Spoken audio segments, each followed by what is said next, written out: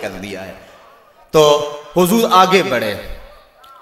اب جب حضور وہاں پہنچے تو کافروں نے پہلے ہی اونچی جگہ پہ پتھریلے علاقے میں پڑاؤ ڈال لیا ہوا تھا، وہاں انہوں نے اپنے خیمے گاڑ لیے تھے، اور جس سمت حضور تھے یہ علاقہ نشیبی تھا اور ریت تھی، چلتے ہوئے پاؤں دھنستے تھے اور چلنا مشکل ہو رہا تھا، سخت گرمی، 17 رمضان۔ حضور علیہ السلام وہاں پہنچے۔ حضرت سعد نے عرض کی حضور اگر تو اللہ کا حکم ہے یہاں خیمے گاڑنے کا تو میں کچھ نہیں عرض کروں گا، لیکن اگر آپ رائے لینا چاہیں تو میرا خیال ہے ان کنوؤں کے آگے ہم اپنے خیمے نصب کر لیں تاکہ یہ کنویں ہماری پشت پہ چلے جائیں، اور ان کنوؤں کو پاٹ دیں، بند کر دیں۔ تھوڑا تھوڑا پانی تھا کنووں میں اور وہ بھی بہت نیچے۔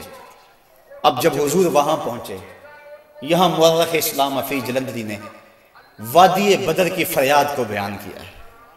وادی بدر نے جب اپنے دامن میں اترتے ہوئے ان مقدس مہمانوں کو دیکھا تو وادی بدر نے اللہ سے فریاد کی۔ سنو بدر نے کیا کہا، الہی کیا خبر تھی، ایک دن ایسا بھی آئے گا کہ تیرا ساقی کوثر یہاں تشریف لائے گا۔ خبر کیا تھی، یہاں تیرے نمازی آ کے ٹھہریں گے، شہید آرام فرمائیں گے، غازی آ کے ٹھہریں گے۔ مالک مجھے پتا ہوتا طوفان نوح میرے اوپر سے گزرا تھا، میں کوئی پانی جمع کر رکھتی، آج ان غازیوں کو، ان مجاہدوں کو میں پانی پیش کرتی، میں شبنم کے قطرے ہی جمع کرتی رہتی، اور آج تیرے رسول کے غلاموں کو وہ پانی پیش کر دیتی۔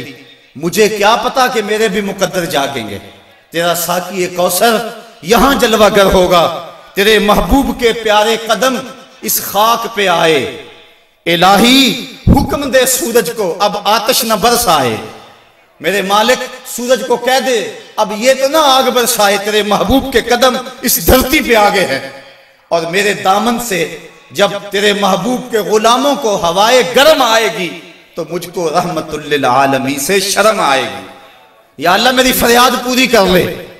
اس وادی نے فریاد کی اور دعا کرتے ہوئے وادی نے کہا برائے چند ساعت ابر باراں بھیج دے یا رب، برائے چند ساعت ابر باراں بھیج دے یا رب، بہاراں بھیج دے یا رب، بہاراں بھیج دے یا رب۔ وادی نے یہ دعا کی، دعا صحرا نے مانگی دامن امید پھیلا کر، یکا یک ابر باراں آسماں پر چھا گیا آخر، مدینے کی بلندی سے جو رحمت کی گھٹا اٹھی تو استقبال کو فردوس کی ٹھنڈی ہوا اٹھی۔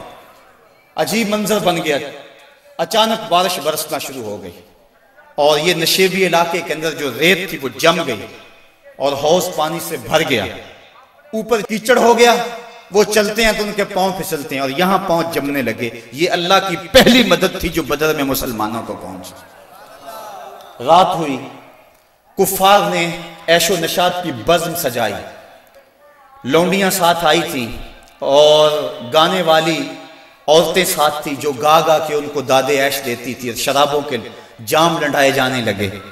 ادھر فاقہ مستوں کی یہ مٹھی بھر جماعت، حضور کے لیے مسجد عریش بنائی گئی، ایک چھپر تیار کیا گیا، حضرت ابوبکر صدیق رضی اللہ تعالیٰ عنہ حضور کے پیرے کے لیے کھڑے ہو گئے۔ فرماتے ہیں ساری رات حضور نے سجدوں میں، قیام میں اور رکوع میں گزار دی، ساری رات اللہ کی بارگاہ میں روتے رہے اور اللہ کی بارگاہ میں عرض کرتے رہے اللہم ھذا قریش اقبلت بخیلائھا وفخرھا تحادک وتکذب رسولک اللہم فنصرک الذی وعدتنی۔ اے اللہ یہ قریش بڑے فخر سے آئے ہیں، تجھے بھی جھٹلاتے ہیں، تیرے رسول کی بھی تکذیب کرتے ہیں، میرے مالک جو میرے سے وعدہ کیا ہے وہ وعدہ پورا کرتے۔ حضرت ابوبکر صدیق رضی اللہ تعالیٰ عنہ فرماتے ہیں حضور کی چادر انور سر سے سرک کے کندھوں پہ آ جاتی اور کندھوں سے سرک کے حضور کی کمر پہ آ جاتی، اور میں حضور کی چادر دوبارہ سر پہ دیتا اور عرض کرتا بس کرو یا رسول اللہ، بس کرو، اللہ کی مدد آ جائے گی، بس کرو۔ لیکن حضور بار بار کہتے یا حیو یا قیوم، یا حیو یا قیوم۔ ساری رات حضور نے دعاؤں میں گزار دی۔ جب سحری کا وقت ہوا، نماز ہوئی، حضور نے لوگوں کو کہا لوگوں صفیں سیدھی کر لو۔ حضور نے ہاتھ میں چھڑی یا کوئی تیر پکڑا ہوا ہے، اور لوگوں کو کہا کہ صفیں سیدھی کرو۔ حضرت سواد رضی اللہ تعالیٰ عنہ ایک صحابی تھے، وہ سب سے تھوڑا سا آگے بڑھ گئے، حضور نے وہ چھڑی سے ان کے پیٹ میں ٹھوکر دی، کہا استوے یا سواد، سواد سیدھے ہو جاؤ۔ تو حضرت سواد سیدھے ہو گئے، ساتھ ہی عرض کرنے لگے حضور مجھے اس کی بڑی تکلیف ہوئی ہے، درد ہوا ہے، میں آپ سے بدلہ چاہتا ہوں، قصاص مانگتا ہوں۔ سارے صحابہ ان کے کان کھڑے ہو گئے، اس حالت میں یہ کیا کہہ رہا ہے؟ حضور نے فرمایا اچھا بدلہ لے لے۔ عرض کی حضور جب آپ نے مجھے چھڑی ماری تھی تو میرا پیٹ برہنہ تھا، حضور نے زرہ کے بند کھول دیے اور پیٹ ننگا کر دیا۔ حضرت سواد نے جب حضور کے چمکتے ہوئے بطن کو دیکھا فَقَبَّلَ بَطَنَهُ، تو چمٹ گئے اور حضور کے پیٹ کو چومنے لگے۔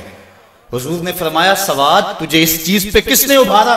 عرض کی حضور منظر آپ کے سامنے ہے، میں اس لیے یہ کام کیا ہے کہ آخری وقت میرا بطن آپ کے بطن سے چھو جائے۔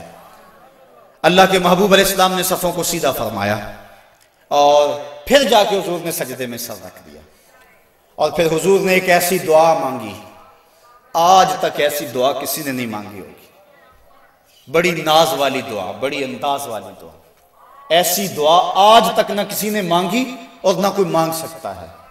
حضور نے پیشانی سجدے میں رکھ دی، آنکھوں میں آنسو ہیں، یہ فاقہ مست لوگ کتاروں میں کھڑے ہیں، ادھر کفار شرابوں کے نشوں میں دھت للکار رہے ہیں، حل میں مبارزن، آؤ ہمارے مقابلے میں۔ حضور علیہ السلام صحابہ کو صفوں میں کھڑا کر کے آپ پیشانی کو مسجد عریش کی ریت پہ رکھ دیا اور آنکھوں میں آنسو ہیں، اور حضور نے جو دعا کی لفظ سنی، کہا یا رب ان تہلک ہذہ العصابہ لن تعبد فی الارض ابدا، میرے مالک میں نہیں کہتا ان کو بچا لے، لیکن دیکھ اس دھرتی پہ تیرا نام لینے والے یہی 313 ہیں، میرے مالک اگر یہ نہ رہے تو قیامت تک تجھے بھی رب کوئی نہیں کہے گا، بس یہی 313 ہیں، یہی تیرے نام لیوا ہیں، اگر اغیار نے ان کو جہاں سے محو کر ڈالا قیامت تک نہیں پھر کوئی تجھ کو پوجنے والا، الہی عہد لیلۃ المعراج پورا کر، محمد سے جو وعدہ ہو چکا ہے آج پورا کر۔ اللہم ان تہلک ہذہ العصابہ لن تعبد فی الارض ابدا، اے اللہ اگر یہ نہ رہے تو قیامت تک تجھے بھی رب کوئی نہیں کہے گا۔ یہ لفظ حضور کی زبان پہ تھے، اور چادر سرک کے کندھوں پہ آ گئی، کندھوں سے سرک کے کمر پہ آ گئی۔ حضرت ابوبکر صدیق کہتے ہیں بس کرو یا رسول اللہ، حسبک یا رسول اللہ، حسبک اللہ یا رسول اللہ، حضور اللہ کافی ہے آپ کو۔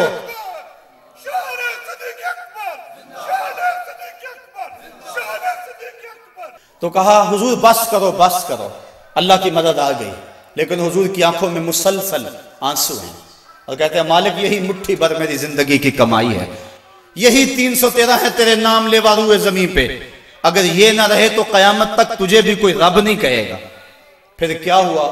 اچانک حضور نے سر اٹھایا، حضرت ابوبکر صدیق فرماتے ہیں میں دیکھ رہا تھا، حضور نے فرمایا ابشر یا ابا بکر اتاک نصر اللہ ھذا جبریل آخذ بعنان فرسہ، ابو بکر بشارت ہو، مبارک ہو، وہ دیکھو اللہ کی مدد آ گئی ہے، وہ دیکھو جبریل گھوڑے پہ سوار ہیں اور گھوڑے کی لگام کو تھامے ہوئے ہیں، اور گھوڑے کے پاؤں کے اوپر گرد جمی ہوئی ہے، وہ دیکھو اللہ کی مدد آ گئی۔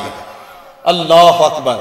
حضور علیہ السلام یا حیو یا قیوم کا وظیفہ پڑھ رہے ہیں، ادھر کافروں نے کہا حل میں مبارزن، حضور نے 3 انصاری جوان بھیجے، حضرت حارث، حضرت معاذ اور حضرت معوذ۔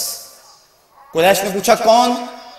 کہا ہم رہت من الانصار، انصار میں سے ہم کچھ لوگ ہیں، کہا جاؤ چلے جاؤ، ہمارا تمہارے سے کوئی مقابلہ نہیں، ہمارے جوڑ کے لوگ بھیجو، ہم اپنے جوڑ کے لوگوں سے لڑا کرتے ہیں۔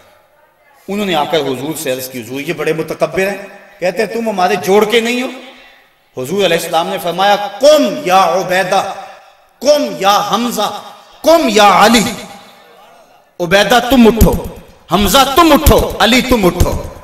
کہا جاؤ تم جوڑ کے ہو، بلکہ ان کو توڑ کے آؤ۔ حضرت علی، حضرت حمزہ اور حضرت عبیدہ تینوں گئے۔ انہوں نے پوچھا کون؟ چونکہ انہوں نے زرہیں پہنی ہوئی تھی، اپنے نام بتائے۔ انہوں نے کہا اکفاؤن کرامن، ہاں اب ہمارے جوڑ کے آ گئے۔ پھر حضرت علی المرتضیٰ جھپٹے اور ایک بار میں اپنے دشمن کا کام تمام کر دیا۔ شیبہ، عتبہ اور ولید یہ تینوں مقابلے میں آئے تھے۔ حضرت حمزہ نے بھی چند لمحوں کے اندر جو ہے ان